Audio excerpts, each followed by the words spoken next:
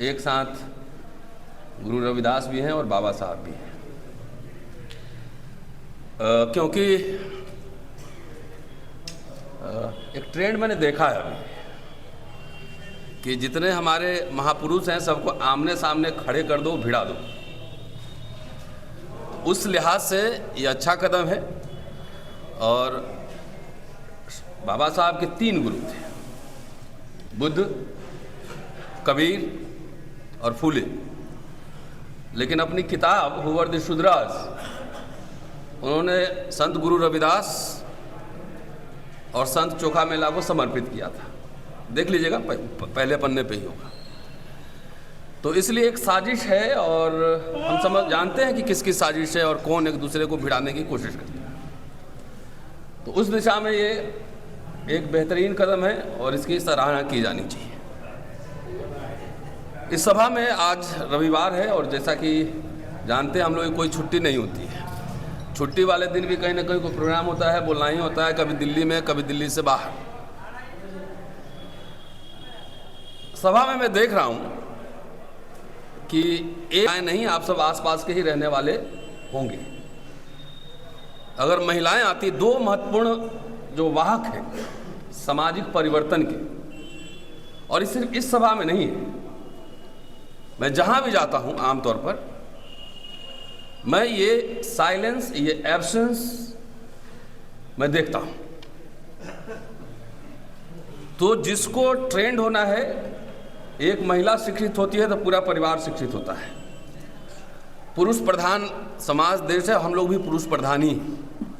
अपने घर में बेटियों को, महिलाओं को बराबरी का दर्जा नहीं, इससे साबित होता है, जिसके लिए बाबा साहब लगातार लड़े थे।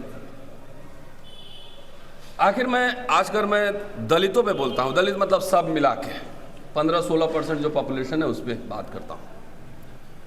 बहुत लोग हमसे नाराज भी रहते हैं, कोई बात नहीं है, नाराज रहिए, मुझे भी अपनी बात रखने का, समझने का, लिखने का अधिकार है। तो पहली बार मैं त्रिवार्षिक अखिल भारतीय चमार महासंघ एक जातीय सभा में आया हूँ और मैं बात तो पूरे समाज के लिए ही बोलूँगा। और ये सवाल डॉक्टर अंबेडकर के सामने भी था जब उन्होंने धर्मांतरण की घोषणा की यवला में। तो धर्मांतरण की घोषणा के बाद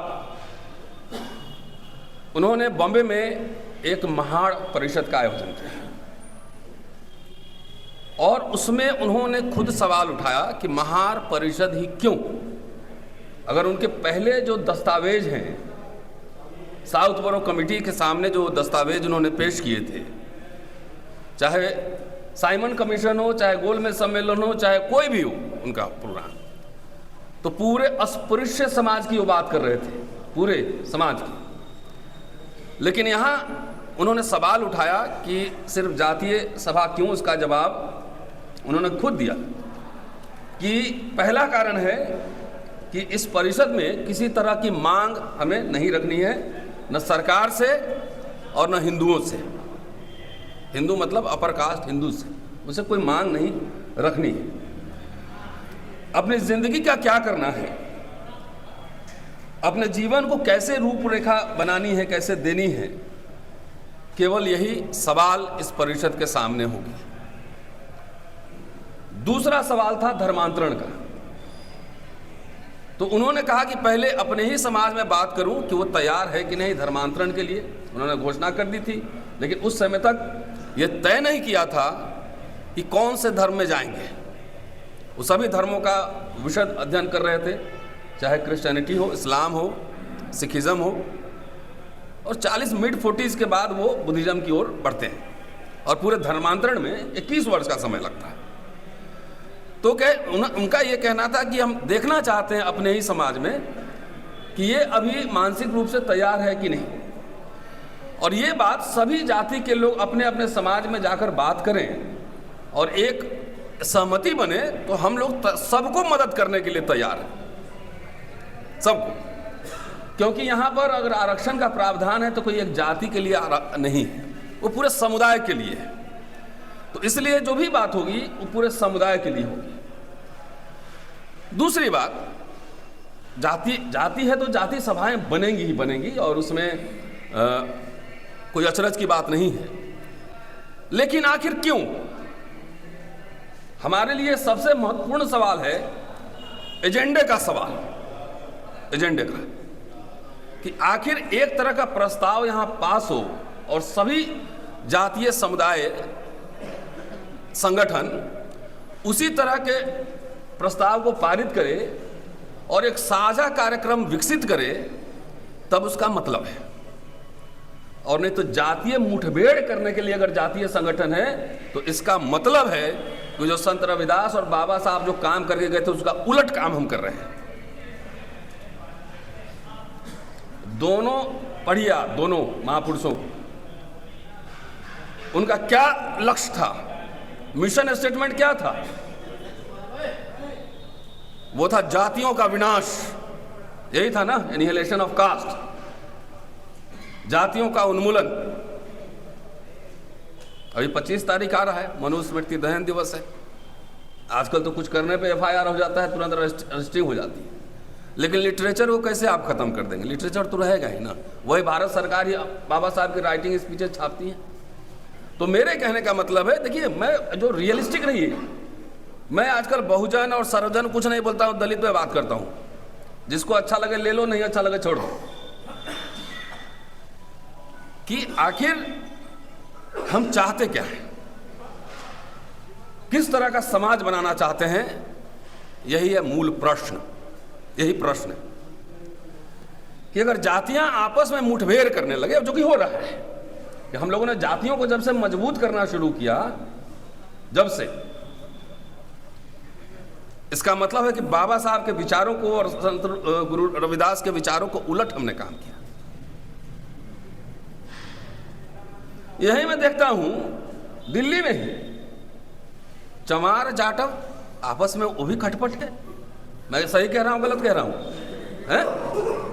तो आप सामाजिक परिवर्तन करने चले, आधा महिला गायब है, जो नौजवान गायब है, और आपस में ही उपजातियों में आप मुठभेड़ कर रहे हैं। इससे कुछ हासिल होने वाला है? ये मुझे बताइए। सोचिए, इसमें टोटल शेड्यूल कास्ट मिल भी जाएगा, इस देश का सारा शेड्यूल कास्ट इकट्ठा हो जाएगा, तब भी 5 सांसद जिताने की औकात नहीं है हमारी। ट्राइब जीत सकता है क्योंकि उसका पॉपुलेशन कंसंट्रेशन ज्यादा है एक एरिया में। हमारा स्कैटर्ड है, हर गांव में एक मोहल्ला है, टोला है, दक्षिण टोला, जिसको बाबा साहब कहते थे कि हर गांव में एक दक्षिण अफ्रीका है। तो कैसे करा लेंगे? अनरियलिस्टिक ड्रीम्स बाबा साहब नहीं देखते थे। बाबा साहब प्रैग्मेटिज्म में विश्वास करते थे। उनके असली गुरु थे जॉन डेवी, जो अमेरिका में कोलंबिया में उनको पढ़ाते थे। वहीं से उन्होंने व्यवहारवाद, प्रैग्मेटिज्म के फिलॉसफी को सीखा था।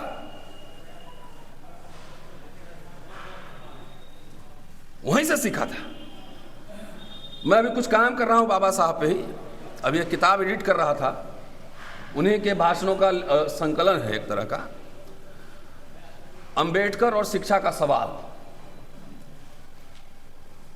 मैं जहां भी जाता हूं, खास तौर से दलितों की मीटिंग में या पिछड़ों की मीटिंग में, सबसे महत्वपूर्ण जो सवाल उठता है, सत्ता। सत्ता कैसे? सवाल तो है ना, सरकार बनाने के लिए 272 मेंबर ऑफ पार्लियामेंट चाहिए। हवा में गुदगुदी वाला भाषण सुन के, और मैं रियलिस्टिक हूं, सत्ता कैसे मिलेगी? अब मिल भी जाएगी तो चलाएंगे कैसे? चलाने के लिए एक्सपर्ट्स चाहिए ना। बैठे हुए इधर चौहान साहब, नहीं चाहिए एक्सपर्ट्स? अटॉर्नी जनरल चाहिए। आप कह रहे हैं, बाबा साहब ने ही कहा है कि राजनीति बचा हुआ अनाज है, असल काम सोशल कल्चरल ट्रांसफॉर्मेशन है। और हमारे लोग क्या समझते हैं, राजनीति का मतलब कि चुनाव में पहले जाना, पहले टिकट के लिए मारामारी करना, टिकट नहीं मिले तो एक दूसरे को हराने की कोशिश करना, अगर चुनाव हार गए तो फिर 5 साल जाके घर में सो जाना। यही राजनीति है। लेकिन ये राजनीति नहीं है। पढ़िए, बाबा साहब ही लिख रहे हैं कि उन्होंने पूरा पॉलिटिकल ट्रेनिंग कॉलेज एस्टैब्लिश करने की योजना बनाई थी, पूरा सिलेबस बनाया था कि हाउस में हमारे जो रिप्रेजेंटेटिव आए उनको इतिहास का, पॉलिटिकल साइंस का, इकोनॉमिक्स का ज्ञान होना चाहिए, उसको अच्छा वक्ता होना चाहिए, अच्छा ओरेटर होना चाहिए। नहीं तो हम लोग सब रिटायरमेंट के बाद थोड़ा तैयारी करते हैं, अब चुनाव भी लड़ लिया जाए। चुनाव खाली विधायक बनना और सांसद बनना है तो जाइए ना, 131 सांसद तो बैठे ही हुए हैं यहाँ पर, हजारों विधायक तो बैठे ही हुए हैं, तो क्या हो गया उससे?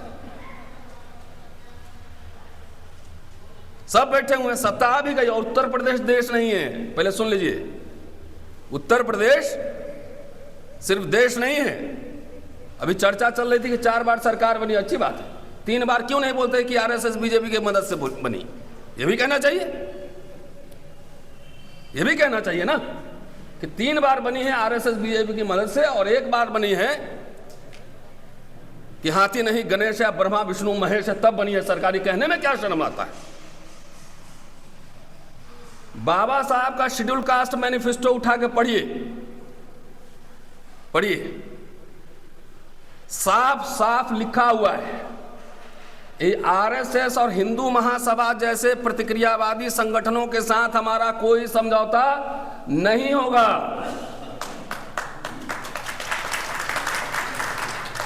है ना, नहीं होगा। और हमारे जितने दलित नेता हैं प्रत्यक्ष या परोक्ष रूप से बाबा साहब का नाम लेते हैं और हिंदू राष्ट्र की पालकी ढो रहे हैं। सही कह रहा हूं, गलत कह रहा हूं? नाम गिनवाऊं? तो आपने बिल्ली को दी है दही की रखवाली। कभी असेसमेंट किया है? चौहान साहब की तनख्वाह होगी 3.5 लाख रुपए, 4 लाख रुपए होंगी, मेरी भी है, मेरी भी है। पूरा दस्तावेज बाबा साहब का उठा के पढ़िए। उनको नशा नहीं था, अफीम का नशा नहीं था कि हम देश का हुक्मरान बन जाएंगे, ताकत ले लेंगे, सारा देश चला देंगे। Right from the beginning 1919 till constituent assembly वो ज्ञापन मेमोरेंडम डिबेट्स करते रहे कि हम माइनॉरिटी हैं, we are minority in national life, that is why we need protection. क्या बाबा साहब क्या बोले? माइनॉरिटी है, हम अल्पसंख्यक हैं, हमको संविधान से सुरक्षा का उपाय चाहिए। और 1934 के घोषणा में शेड्यूल कास्ट को माइनॉरिटी नहीं माना गया था, इसलिए नौकरियों में आरक्षण नहीं था। जब संविधान सभा में पूरे डिबेट्स हुए हैं, अभी कास्ट सेंसस होने वाला है, कास्ट सेंसस का क्या फायदा होगा, क्या नुकसान होगा, असेसमेंट तो होगा बाद में कि कौन कौन जातियां जो है एक दूसरे से मुठभेड़ करेंगी। क्योंकि हमारे समाज को शिक्षा रोजगार नहीं चाहिए, हमारे समाज को सत्ता चाहिए। उसके जाति का एक नेता एमएलए एमपी देखना चाहता है, बाकी जो नौकरी से कोट टाई पैंट पहन के बैठा हुआ है उसी को नशा है सत्ता का। सत्ता का मतलब संसद और विधानसभा नहीं होता है, सत्ता का मतलब विभिन्न केंद्र होते हैं, इंटेलेक्चुअल लीडरशिप होता है तो आपका पिछड़ा प्रधानमंत्री, ट्राइबल राष्ट्रपति है, तो लॉ मिनिस्टर, तो डंडे क्यों पड़ रहे हैं? कहीं सुनवाई है थाने में? यहां होगा सीआईडी आईबी वाला कोई बैठा होगा, रिपोर्ट करेगा जाके, कहीं सुनवाई है, कहीं एफआईआर दर्ज है, कहीं किसी। और आप कुछ बोलिए तो 1 मिनट में एफआईआर दर्ज हो जाए। रिपीटेडली एक ही बात समझाने की कोशिश कर रहा हूं। 131 सांसद ही है, जनरल में एकाध जीतेगा तो जीतेगा। लिमिटेड विधायक नौकरियां तो लाखों लाख नौकरियां थी, नौकरी पे आपने बहस नहीं की।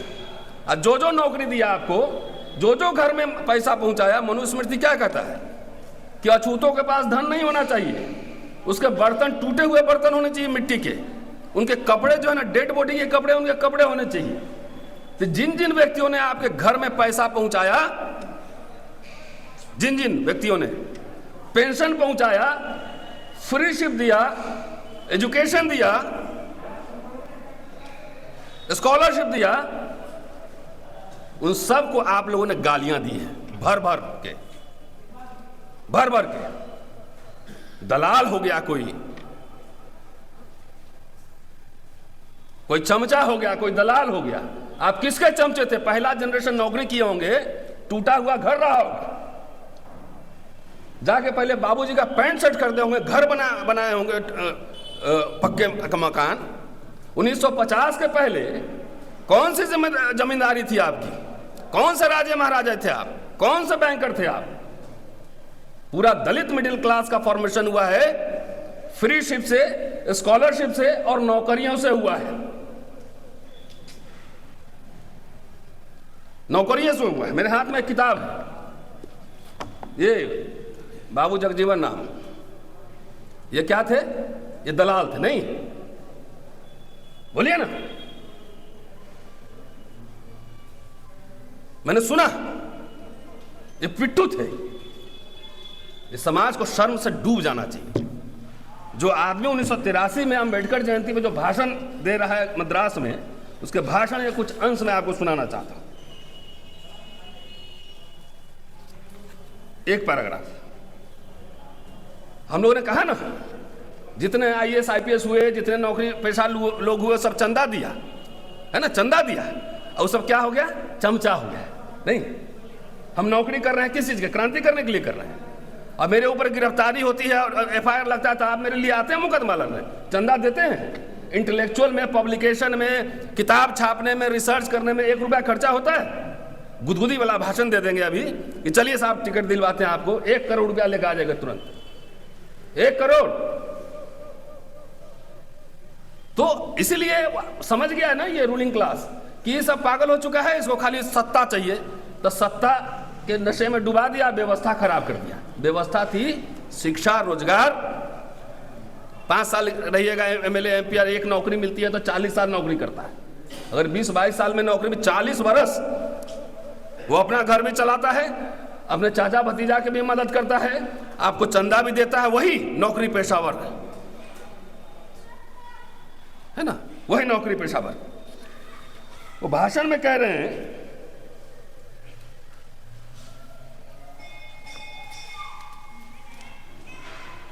कि अंबेडकर जयंती का प्रोग्राम है, मैं यहां भारत के एक ऐसे महान सपूत डॉक्टर अंबेडकर को अपनी श्रद्धांजलि अर्पित करने आया हूं, जो एक सामाजिक क्रांतिकारी थे तथा देश दलित मानवता के महान अगुवा थे। डॉक्टर अंबेडकर ने इस देश में मौलिक सामाजिक परिवर्तन के लिए कार्य किया। संविधान सभा द्वारा अपने सभी सदस्यों को, 300 से ज्यादा मेंबर थे, अपने सभी सदस्यों की बुद्धि का समन्वय करके, सबको कन्विंस करके, उन्होंने लोकसभा, विधानसभाओं तथा सरकारी सेवाओं में अनुसूचित जातियों एवं जनजातियों के लिए सीटों के आरक्षण का प्रावधान किया। दुर्भाग्य, डॉक्टर अंबेडकर इस सभा के ड्राफ्टिंग कमेटी के अध्यक्ष थे। दुर्भाग्य से डॉक्टर अंबेडकर दिसंबर 1956 में दिवंगत हो गए। आरक्षण की संपूर्ण कार्यविधि एवं संरचना बाकी थी। मैंने यथाशक्ति उस संरचना को पूरा करने का प्रयास किया। 1957 में मैंने रेल सेवाओं में पदोन्नति के लिए, प्रमोशन के लिए SC ST के लिए आरक्षण की व्यवस्था प्रारंभ करने का आदेश जारी किया। ऑफिस ऑर्डर, कैबिनेट डिसीजन नहीं था। इस पर सवर्ण मुलाजिमों द्वारा मद्रास उच्च न्यायालय में मुकदमा चलाया गया और वह आदेश निरस्त कर दिया गया। तब यह केस उच्चतम न्यायालय में लाया गया, जहां मैं विजयी रहा। उच्चतम न्यायालय में मेरे उस आदेश की पुष्टि की। मैं आपको बता दूं कि पदोन्नति, प्रमोशन में अनुसूचित जाति जनजाति के आरक्षण मैंने मंत्रिमंडल की सलाह लिए बगैर प्रारंभ किया था। यह घटना डॉक्टर अंबेडकर की मृत्यु के 1 साल बाद की है। उसके बाद अन्य विभागों की सरकारी नौकरियों की पदोन्नति में अनुसूचित जाति जनजाति के सामान्य आरक्षण का प्रश्न मैंने मंत्रिमंडल के सामने रखा। मैं वहां भी सफल रहा। उसके बाद शिक्षण संस्थाओं और सरकारी प्रतिष्ठानों में अनुसूचित जाति जनजाति के लिए आरक्षण के कई प्रस्ताव विचारार्थ रखा। जितने भी प्रस्ताव हमने रखे उसका विरोध हुआ, फिर भी मुझे सफलता मिली। आज इन सभी क्षेत्रों में आरक्षण की व्यवस्था है और विरोध अब भी जारी है। ये किताब है। और राजनीति बहुत गंभीर काम है। राजनीति सिर्फ चुनाव लड़ना नहीं होता है, एमएलए एमपी बनना नहीं होता है। ये बहुत ही सीरियस काम है। बाबा साहब कोई तोप लेके नहीं गए थे वहां पे, आर्गुमेंट करने गए थे। आर्गुमेंट से जीता सब कुछ। उन्होंने खुद ही कहा कि हमने 3 तरह के आंदोलन चलाए, पृथक निर्वाचन क्षेत्र, विधानमंडलों में आरक्षण और नौकरियों में आरक्षण। इसमें से एक चीज नहीं मिला मुझे, क्या? पृथक निर्वाचन मंडल। लेकिन 2 चीज हमें मिला, सरकारी नौकरियों में आरक्षण और विधानमंडल में आरक्षण।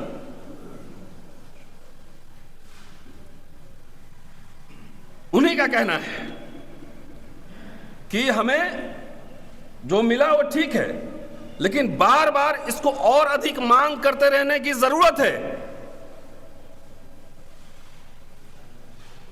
क्या जरूरत है? मांग करते रहने की, दबाव बनाने की। उनके पूरे ग्रीवांसेस ऑफ शेड्यूल कास्ट पढ़िए, स्टेट एंड माइनॉरिटी पढ़िए, सब जगह यह बात कह रहे हैं कि शिक्षा और रोजगार हमारे समाज के लिए जीवन मरण का प्रश्न है। जिसका मिडिल क्लास नहीं होता है, जिसकी बुर्जुआजी नहीं होती है, जिसके प्रोफेशनल नहीं होते हैं, वो कभी सत्ता वत्ता नहीं चला सकता, क्योंकि व्यवस्था आपके हाथ में नहीं है। आप चीफ मिनिस्टर बन के बैठे रहिए, व्यवस्था चलाने वाले कोई और लोग हैं, वही लगवा आपको ट्रैप में फंसाएंगे और वही जेल में देंगे। प्रमाण है ना लालू प्रसाद यादव। और कई नेता डर के मारे घर में बैठे हुए हैं, ईडी या सीबीआई के डर से। ये कोई रॉकेट साइंस है, सब लोग जानता है। आंदोलन नहीं है, कहीं डिमांड नहीं है, कहीं मूवमेंट नहीं है। अब तो मिला जुला के बाबा साहब ने फोकस रखा था ना, शेड्यूल कास्ट, शेड्यूल ट्राइब। बाबा साहब का परिनिर्वाण तो 56 में हो गया, तो फिर इतने university, college, IIT, medical college सब में आरक्षण कैसे लागू हो गया? सरकारी नौकरियों में आरक्षण कैसे लागू होगा? हम कैसे नौकरी में आए? चौहान साहब कैसे नौकरी में आए? इस नौकरी के लिए, हम दोनों की नौकरी के लिए आपका आंदोलन कहां जिम्मेदार है? बताइए जरा। कौन से डिमांड मेमोरेंडम रखे थे प्राइम मिनिस्टर ऑफिस में? मतलब सत्ता मिलेगी तब करेंगे, नहीं जब तक जो मिला है उसको खत्म होने दे। यही तो कर रहे हैं। सब सामने है ना कि 50 साल में अगर 20 लाख SC ST कर्मचारी का निर्माण हुआ तो कितने अरब रुपए आपके घर में गए, उसे काउंटिंग कीजिए। पहले काउंटिंग कीजिए ना। मैं ONGC में गया था एक प्रोग्राम में, जवाहरलाल नेहरू ने खोला था ONGC ना। उसमें पहले 30,000 कर्मचारी थे, अब घट के आ गए 21,000। उसमें से SC ST के 7,500 है। हमने कहा कि एक काम कीजिए, मेरी मैथमेटिक्स बहुत खराब है, आप में से कोई मैथमेटिशियन होंगे तो जरा कैलकुलेट कर लीजिए। 7,500 लोगों के घर में अगर एवरेज 1 लाख रुपया जा रहा है महीना तनख्वाह, एवरेज, किसी का 4 लाख भी होगा, किसी का 75,000, एवरेज में कह रहा हूं, तो कितने अरब रुपए हुए जरा कैलकुलेट कर लीजिए एक साल में। वो सब खत्म हो रहा है, सब खत्म हो रहा है। आप देखना, अभी 10 साल ठहरो, मैं, चंद्रभान जी, चाहे राहुल बैठा हो यहाँ पे, कैलकुलेट कर रहे हैं। भाई यूनिवर्सिटी में कॉन्ट्रैक्चुअल आ गया, हर जगह क्लास 3 क्लास 4 कॉन्ट्रैक्चुअल हो गया। उसमें हमारे लोग सबसे ज्यादा मारे गए। सफाई कर्मचारी देखिए क्या एजेंसी के थ्रू आता है, 12,000 15,000 पे काम कर रहा है, और वो भी लगने से पहले 25,000 घूस देना पड़ता है।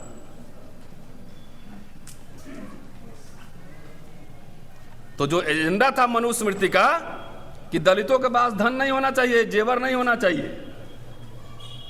आप में से बहुत के बच्चे अभी तैयारी कर रहे होंगे, वैकेंसी कुछ निकलती है नहीं निकलती है। रेलवे इतना बड़ा एम्प्लॉयर था, बाबू जगजीवन राम ने लाखों नौकरियां रेलवे में लगवाई, लाखों। अब नीचे से खत्म हो गया सब, क्या जी?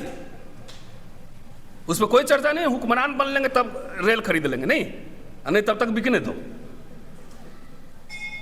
ये ड्रीम न बाबा साहब का था न बाबू जगजीवन राम का था। धीरे धीरे कुछ था ही नहीं। दलितों के पास कोई बैंक थे, बैंक का नेशनलाइजेशन हुआ तो उसका लाभ आपको नहीं मिला। जनरल मैनेजर बन रहे हैं बैंक में, हैं? लोन पे फ्लैट ले रहे हैं, लग्जरी गाड़ी खरीद रहे हैं। नेताओं पे दबाव डालिए। आप में से कोई डॉक्टर होंगे, कितना मेडिकल कॉलेज में फीस दिए थे जरा बताइए। अभी मैं लखनऊ में गया था, पूछा एक आदमी से कि कितना स्कॉलरशिप मिलता था स्टाइपेंड, बोला 12 रुपया महीना 60s में। आज मिल रहा है क्या? फॉरेन स्कॉलरशिप बाबा साहब ने तो भेजे थे, बोविन योजना के तहत भी लोगों को भेजे थे टेक्नोलॉजी सीखने के लिए, सब सीखने के लिए। बाबा साहब मैनिफेस्टो तैयार करते थे। इंडिपेंडेंट लेबर पार्टी का ये मैनिफेस्टो हमारा घोषणा पत्र है, शेड्यूल कास्ट फेडरेशन का ये घोषणा पत्र है। कोई मैनिफेस्टो आजकल हमारे नेता लोग निकालता है? सबसे बड़ी जो लड़ाई हम लड़ रहे हैं, देखिए रोस्टर का आंदोलन हम लोगों ने चलाया था विश्वविद्यालय में, आपको याद होगा, 200 point roster system. Supreme Court ने ऐसा ऑर्डर दे दिया था कि आपके बच्चे जो है ना कभी जिंदगी में प्रोफेसर नहीं बनते। सड़क पे लड़ना पड़ा, तब जाके 200 पॉइंट रोस्टर आया। लेकिन समाज में हलचल नहीं है, क्योंकि सब नौकरी पेशा मिडिल क्लास है। जैसे चल रहा है चलना, तो मेरा तो घर बना ही हुआ है ना, यही ना। रिसर्च एंड डेवलपमेंट पे कोई खर्चा नहीं है। बोलेंगे जरा स्पॉन्सर कीजिए, किताब रिसर्च करना है। तो जिस समाज का पूरा ध्यान सिर्फ पॉलिटिक्स पे केंद्रित हो, अगर आपसे हम अभी पूछें कि आपको 1 लाख महीने की नौकरी दे रहे हैं, आप विधानसभा का टिकट देना है, 2 में से क्या लीजिएगा? नौकरी नहीं मांगेगा कोई, बोला विधानसभा का टिकट दीजिए। आप पंडित जी से पूछेंगे कि 1 लाख का नौकरी दे रहे हैं और विधानसभा का टिकट दे रहे हैं, क्या लीजिएगा? बोले अगर नौकरी दे दीजिए पहले, टिकट तो बाद में ले लेंगे। आंदोलन करना पड़ेगा भाई। कोई इसके फिर सारा यूनिवर्सिटी इतना महंगा होते जा रहा है, सब कुछ, आप बच्चे पढ़ नहीं सकते हैं। एक सेमेस्टर का 35-40 हजार रुपया फीस आ रहा है कॉलेजेस में। एक आम आदमी का बच्चा पढ़ सकता है क्या? प्राइवेट यूनिवर्सिटी में तो इतने महंगे कि मैं नहीं पढ़ा सकता, आप तो छोड़ दीजिए। पब्लिक सेक्टर यूनिट जब बचेंगे, सार्वजनिक संस्थान जब बचेंगे, क्यों विश्वविद्यालय कॉलेज बर्बाद किया जा रहा है? बोला यही लोग इसी में से पढ़ के यही लोग हल्ला कर रहा है। रतनलाल जैसे लोग फ्री में पढ़ा है, हंगामा मचाए हुए, खत्म ही कर दो। हजारों हजार स्कूल बंद हो रहे हैं, कोई नेता आंदोलन किया? पॉलिटिक्स करना है, सत्ता लेना है। कोई आंदोलन हुआ? इलेक्शन खाली कितने दिन पॉलिटिक्स होता है कि 5 साल होता है पॉलिटिक्स। जो मैं कह रहा हूं, it is a part of politics. This is my political statement. Every day, writing is also politics. Addressing people, the masses, is also part of politics. समझौते करने होते हैं जीवन में। कॉमन मिनिमम एजेंडा पर बाबा साहब ने भी सोशलिस्ट पार्टी के साथ समझौता किया था 1951-52 का चुनाव में। जात जात आपस में मुठभेड़ कर रहा है, एक दूसरे के साथ बैठ नहीं सकता है। 10 लोग मिलकर चले हैं सरकार बनाने, सत्ता लेने। उत्तर प्रदेश, दिल्ली, बिहार, मैं देखता हूं ना घूम घूम के। एक जाति, अभी वो क्या आया था अभी, अरे रिजर्वेशन का बंटवारा वाला वर्गीकरण, उस पर एकदम लग रहा था सोशल मीडिया पे युद्ध ही चल रहा है। नौकरी है नहीं, विश्वविद्यालय में पढ़ाने के लिए जेब में पैसा नहीं है, नौकरी खत्म हो रही है। इसके लिए कोई आंदोलन है? तो बाबा साहब ने संविधान में आरक्षण दे दिया था तो हमको मिला है, उसके बाद किसी का कोई काम नहीं, वो लिख दिया, लागू हो गया। तो संविधान तो अभी भी तक खत्म क्यों हो रहा है? बताओ ना। क्या बाबा साहब ने कहा था संविधान सभा में? ये कहा था कि कोई भी संविधान अच्छा या बुरा नहीं होता, इस संविधान को लागू करने वाले लोग कैसे हैं उसकी प्रवृत्ति पर निर्भर करता है। अगर इंसान अच्छा है और संविधान खराब है तो संविधान अच्छा साबित होगा। अगर इंसान खराब है और संविधान अच्छा है तो संविधान खराब होगा। तो 56 से लेके और मान लो राजीव गांधी के पीरियड तक, है ना, उसमें कोई काम नहीं हुआ। सब मनुवादी था, सब चमचा था, सब दलाल था, सब पिट्ठू था, और आप ही एक बने हुए थे हीरा जवाहरात के। नहीं, पूरा जो पब्लिक सेक्टर का निर्माण हुआ पूरा, भाई हम तो एक जगह बोल रहे थे, बोले इमरजेंसी बढ़िया था, 5 साल लगाना चाहिए था, दलितों को कोई नुकसान नहीं था, पट्टे पे जमीन मिल रहे थे, फ्री सीट मिल रहा था, बुला बुला के IIT में एडमिशन हो रहा था, कोई डर के मारे पीट नहीं रहा था। यहाँ दिल्ली में पूछ लीजिए, यहाँ बैठे हो जमीन मिला है कि नहीं मिला है, उत्तर प्रदेश में मिला है कि नहीं मिला है, पूछ लीजिए। अगर हम झूठ कह रहे हो तो बोलिए, तब उसी पे कोठी आपकी बनी हुई है। अरे कुछ नहीं हुआ, ये तो RSS कहता है कुछ नहीं हुआ। आप कैसे कह सकते हैं कुछ नहीं हुआ? हम कैसे कह सकते हैं कुछ नहीं हुआ? जो एक मिडिल क्लास बना उसी ने ना सभी संगठनों को पैसा दिया। किसने दिया? कोई उद्योग था हमारे पास? बताइए। कोई स्टॉक एक्सचेंज में हमारा था? कोई जमींदारी थी? कोई रजवाड़े थे? प्रीवी पर्स खत्म हुआ तो आपको क्या नुकसान था? तो राजा महाराजाओं को करोड़ों रुपया फोकट का मिल रहा, तो वो इंदिरा गांधी ने खत्म किया। इतने सारे यूनिवर्सिटी खुले, कॉलेज खुले, तो उससे आपको क्या नुकसान हुआ? तो नहीं, एक सांस में सारे जवाहरलाल नेहरू और अटल बिहारी वाजपेयी सब एक ही कैटेगरी है। नहीं, जरा सोचो, नेहरू कहां? लंदन में पढ़ा हुआ आदमी, कैम्ब्रिज का, एक सोशलिस्ट डेमोक्रेट लेखक। वो तो मॉडर्न इंडिया बनाना चाहता था ना आदमी, कि हिंदू राष्ट्र बनाना चाहता था। ये बताइए मुझे, आखिर अंबेडकर नेहरू दोनों के पुतले RSS के लोग फूके कि नहीं फूके? उनके खिलाफ लेख लिखे कि नहीं लिखे? तो ऐसा हमारा नेता सब प्रोजेक्शन किया जैसे बाबू जगजीवन राम, अंबेडकर, नेहरू सब कैबिनेट में जाके मारपीट करते थे। नहीं, एक दूसरे को गाली देते थे। अरे वो जब बाबू जगजीवन राम पहले मिनिस्टर बने तो डॉक्टर अंबेडकर ने बधाई दी उनको। उनमें कभी झगड़ा नहीं था। नेहरू से मतभेद थे, लेकिन सैद्धांतिक फंडामेंटल मतभेद थे। लेकिन दोनों एक ही मॉडर्न इंडिया बनाना, एक सेकुलर इंडिया बनाना चाहते थे, जिसमें सभी जाति, सभी धर्म के लोग समानता के आधार पर रहे। डिफरेंस तो होंगे, हमारे आपके ओपिनियन में भी डिफरेंस होगा। और वही अटल बिहारी वाजपेयी है तो सबसे पहले क्या काम किए? बोले ये सब बहुत नौकरी कर रहा है, पेंशन ले रहा है ना, पहले डिसइन्वेस्टमेंट मंत्रालय बनाओ, बेचो, अब पेंशन खत्म करो। पेंशन कितनी बड़ी राहत है पता है आपको? ये सब पेंशन डिस्कशन नहीं होगा, शिक्षा डिस्कशन नहीं होगा, नौकरी डिस्कशन नहीं होगा, सबको गाली देते रहना है। अरे जो पीपल्स एजुकेशन सोसाइटी बाबा साहब ने खोला, चाहे सिद्धार्थ कॉलेज या मिलिंद कॉलेज खोला, तो उसमें तो ज्यादातर सवर्ण बच्चे पढ़ते थे। शेड्यूल कास्ट अभी बच्चे ही नहीं थे उस समय उतने। उनके प्रिंसिपल, उनके प्रोफेसर भी सवर्ण थे, और उनको जो चंदा दिया, जो गोलमेज सम्मेलन में गए थे तो कितना 1300 कुछ पाउंड लोगों ने राजे, रजवाड़े, नवाबों से चंदा लिया कि हमको बहिष्कृत हितकारिणी सभा के लिए काम करना है, अस्पृश्य बालकों के लिए हमें हॉस्टल खोलना है। भाई हैदराबाद के निजाम से 54 एकड़ जमीन लिया मिलिंद कॉलेज के लिए, 12 लाख रुपए इंटरेस्ट फ्री लोन दिया। अब 5 साल बाद चुकाना था, वो पता नहीं 5 साल बाद परिनिर्वाणी हो गया तो पैसा नहीं लौटा होगा। भारत सरकार से 6 लाख रुपए सरदार जोगिंदर सिंह मिनिस्टर थे, उनसे सिद्धार्थ कॉलेज के लिए लोन लिया, और वो लोन चुक नहीं पाया। वो सुना, मैंने एक बात की थी अभी, विजय सोडवड़े साहब हैं, वो बाबा साहब है, बहुत काम करते हैं, तो मैंने उनसे पूछा कि उस लोन का आखिर हुआ क्या? तो उन्होंने कहा कि इंदिरा गांधी जब प्राइम मिनिस्टर बनी उन्होंने राइट ऑफ कर दिया, उसको खत्म कर दिया। किताब बाबा साहब राइटिंग स्पीचेज है ना, बाबा साहब को भारत रत्न नहीं दिया, ये नहीं दिया, वो नहीं। किताब में ना है बाबा साहब यार, काहे के लिए नहीं समझ रहे, विचारों में है वो। उनकी किताब छापी भारत सरकार, महाराष्ट्र सरकार ने। हमने कभी थैंक यू बोला?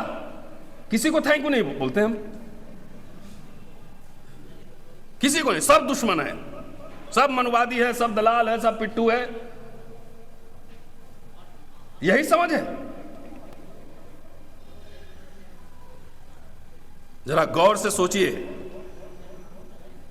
400 रुपया साल का फीस देके हम पढ़ा रहे हैं, 28 साल से पढ़ा रहे हैं। मुझे क्या है, हम भी घर में आराम से रहते हैं, तो मेरे ऊपर केस नहीं होता, मेरा प्रमोशन नहीं रुकता, हम भी विदेश घूमते रहते, क्या दिक्कत है? तो किसके लिए इतना सब पंगा ले रहे हैं? क्योंकि मैं देख रहा हूं कि मेरे आंख के सामने ये सब बर्बाद हो रहा है, और 10 साल के अंदर आप लोग जैसे रिटायर करेंगे, ये मिडिल क्लास, दलित मिडिल क्लास खत्म, कैशलेस दलित मिडिल क्लास बन जाएगा, पैसे नहीं रहेंगे। भेज देगा गांव में, एकदम नेचर के पास रहिए, थोड़ा सा जो शुगर फैट वैट बढ़ गया सब खेत में काम करके ठीक हो जाएगा। नौकरी से जो है ना, नौकरी और पेंशन से ही इतना ऊर्जा आ रहा है, वही खत्म हो गया ना, खेल खत्म है। बिजनेस में इंटरेस्ट नहीं है, बिजनेस करना नहीं है ना, खाली सबको नेतागिरी करना है। पत्रकार बनना नहीं है, बढ़िया वकील बनना नहीं है, सीए बनना नहीं है, ठेकेदारी लेना नहीं है ना, ठेका नहीं लेना है, तो खाली नौकरी और पॉलिटिक्स। तो नौकरी खत्म। बाबा साहब जो बोले थे उसके उलट काम हो गया।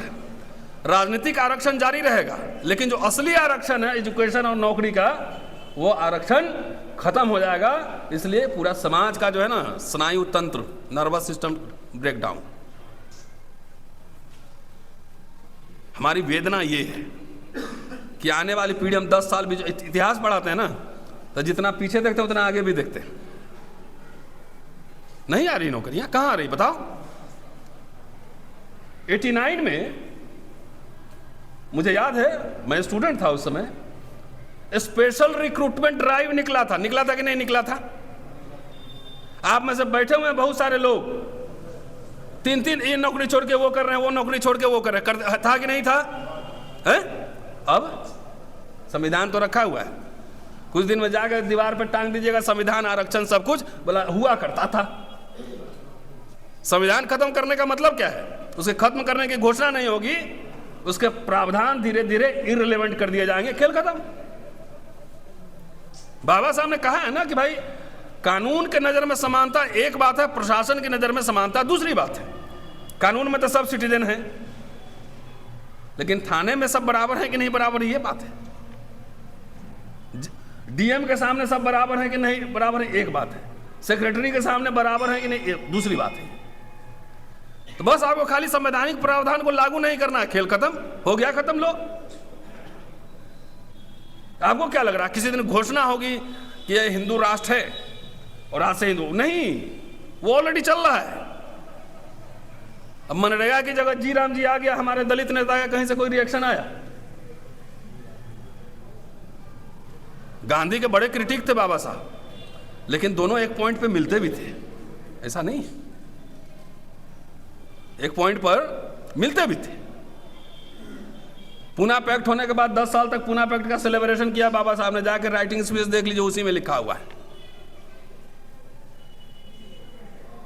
कि चलो कुछ अब सांस ले सकते हैं।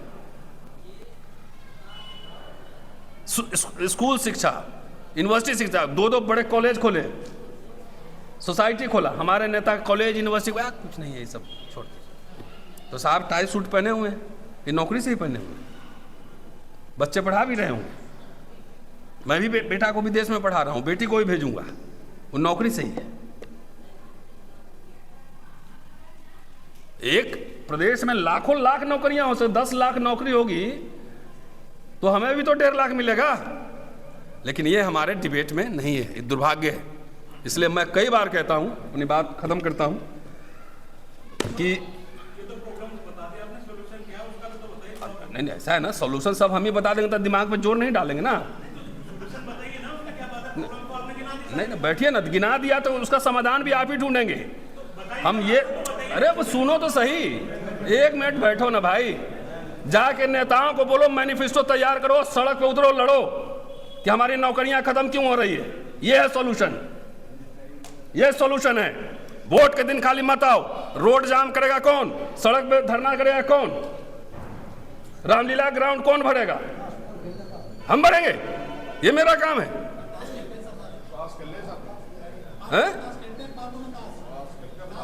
हाँ, जाओ लड़ो रोड पे, ऐसे मिलते अधिकार। बाबा साहब आंदोलन करते थे, श्रमिकों का आंदोलन, किसानों का आंदोलन, अछूतों का आंदोलन। हम लोग अगर रोस्टर की लड़ाई जीती तो आंदोलन से जीती।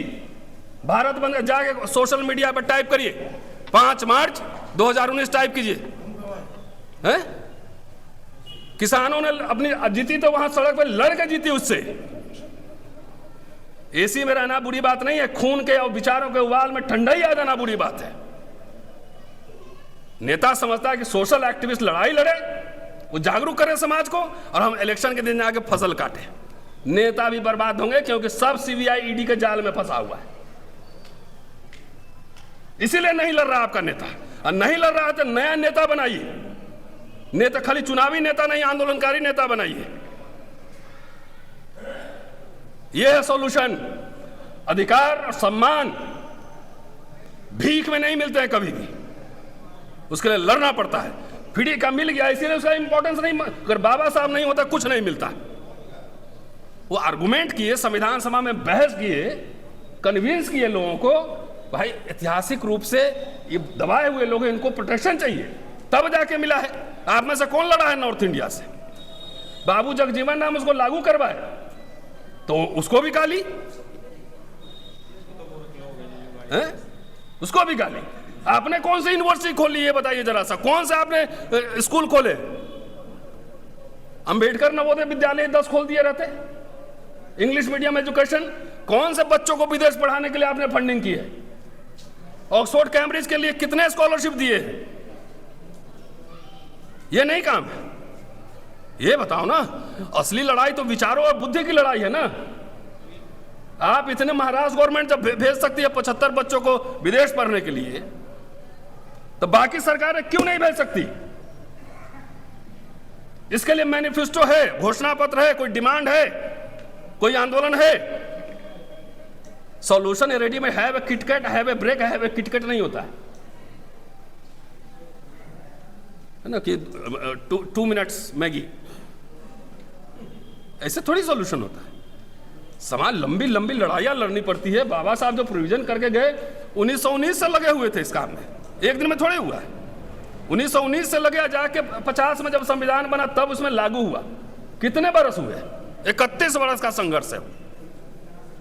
और अपने लिए नहीं, वो तो कर्जदार, जब परिनिर्वाण हुआ तो कर्जदार थे। वो लोगों से चंदा मांगते थे, संस्थाएं खोलने के लिए, अखबार निकालने के लिए, स्कूल खोलने के लिए, हॉस्टल खोलने के लिए चंदा मांग मांग के खोलते थे वो। और हमारे नेता कहते हैं आए हो मिलने, इधर पहले पैकेट रख दो। ये है पूरा कल्चर का ट्रांसफॉर्मेशन, बदलाव। संघर्ष नहीं करेंगे, बिना संघर्ष से कुछ नहीं, खत्म हो जाएगा, ठहर जाओ। और जो नौकरी भी कर रहे हैं, चौहान साहब बैठे हुए हैं, साहब इधर बैठे हुए हैं, मैं दावे के साथ कह सकता हूं, दावे के साथ, नौकरी मिलना आसान है। और आप सब में से जितने लोगों ने नौकरी की है, आप मुझे ये बता दो, आत्मसम्मान और स्वाभिमान के साथ क्या आप रिटायर हो गए? जाने के बाद भी लड़ना पड़ता है वहां पे हर दिन, नहीं तो सरेंडर करके रहो। ये है, समझौता करना होता है, दबाता है। वहां भी सेक्रेटरी है तो ऊपर कैबिनेट सेक्रेटरी दबाता है। हम जानते हैं, बहुत सारे आईएएस आईपीएस सबको जानते हैं। कोई हिम्मत से काम कर लेगा क्या? स्वाभिमान के साथ अड़के तुरंत संटिंग में डालो इसको। ये हाल है। तो मेरा यही कहना है कि भाई असली नेतृत्व जो है ना, वो विद्या से आता है। कबीर, रविदास, फूले, बाबा साहब, सबके फिलॉसफी को जोड़िए। सब में एक कॉमन चीज है, चाहे बुद्धा, वो चीज है ज्ञान। अपदीपो भव, अपना दीपक स्वयं बनो। उसको बाबा साहब ने भी स्वीकार किया, इसलिए बुद्धिज्म में भी चेंज किया उन्होंने अपने समय के हिसाब से। यहां हमारे राजनीति में आजकल भक्ति काल है, भगत बन के रहो, बुद्धि का इस्तेमाल मत करो। इसीलिए यह हाल है। बाबा साहब भक्ति के खिलाफ थे कि व्यक्ति कितना से कितना महान हो उसका रेस्पेक्ट जरूर कीजिए, लेकिन भक्ति नहीं कीजिए। भक्ति आदमी को अंधा बना देता है, ब्लाइंड। बाबा साहब कुछ बात 50 में 40 में बोले होंगे, तो 50-60 में कुछ रिसर्च हुआ ना, 50-60 साल में, तो हो सकता है उसमें कुछ ऐड भी हो, कुछ हटे भी, कुछ विचार प्रासंगिक होंगे, कुछ नहीं होंगे। ये बात है ना।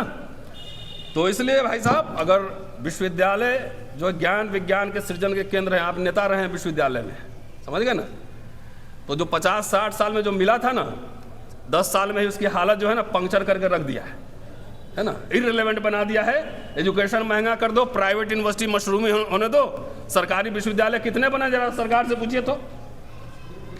सर ये सारी जिम्मेवारी चमार जाति के सिर पे नहीं, मैं इसलिए मैंने किसी एक जाति को नहीं कहा है, इस सबको सब उसका लाभ ले रहे हो। वो मैं इसलिए नहीं कहा है, पहले ही मैंने कहा, आपने सुना नहीं। एक जाति के लिए आरक्षण नहीं था, सबको मिलकर एक साझा योजना कार्यक्रम बनाना पड़ेगा। सब घेटवाई जो कि इस जाति का खटिक का इधर कर लो, चमार का इधर कर लो, जाटव का उधर कर लो, वाल्मीकि का इधर कर लो, तो इससे सॉल्यूशन निकल जाएगा। और वही हो रहा है। उसमें से एक नेता को आता है 5 लाख रुपया पकड़ाया, एक विधानसभा का टिकट दे दिया, खुश है। मुझे नहीं चाहिए टिकट विकेट भैया। अगर मुझे रहे ऑफर कि 1 लाख नौकरियां देना है, 2 विश्वविद्यालय खोलने हैं, आपको कैबिनेट मिनिस्टर बनाते हैं, दोनों में से कौन चुनना है, तो मैं कहूंगा कि 2 विश्वविद्यालय खोलो, 1 लाख नौकरी दो। समझ गए भाई? 1 लाख नौकरी दो, 2 विश्वविद्यालय खोलो। ये नहीं है एजेंडा में। सबको लाल बत्ती में बैठ के 5 साल मंत्री रहेंगे तो ब्लैक मनी, कुछ पैसा कमाने का शौक। अब मुझे पता है ईडी वाला जो है ना और आईबी वाला सबका पता कर लेता है कितने पैसे कौन से कमाए। सब मेरे दोस्त सब हैं, बता देते हैं मुझे कौन से डील में कितना पैसा लेता है, सब पता करके रखता है। और जब समय आता है नाक पकड़ लेता है इसे। बोलो, यहाँ तो सिटिंग 2 सीएम को उठा के जेल में बंद कर दिया, नहीं देखा आपने? कुछ मिला? तो यह हाल है, उठा के बंद कर देंगे, बाद में तारीख पे तारीख लेते रहो, क्या करूं।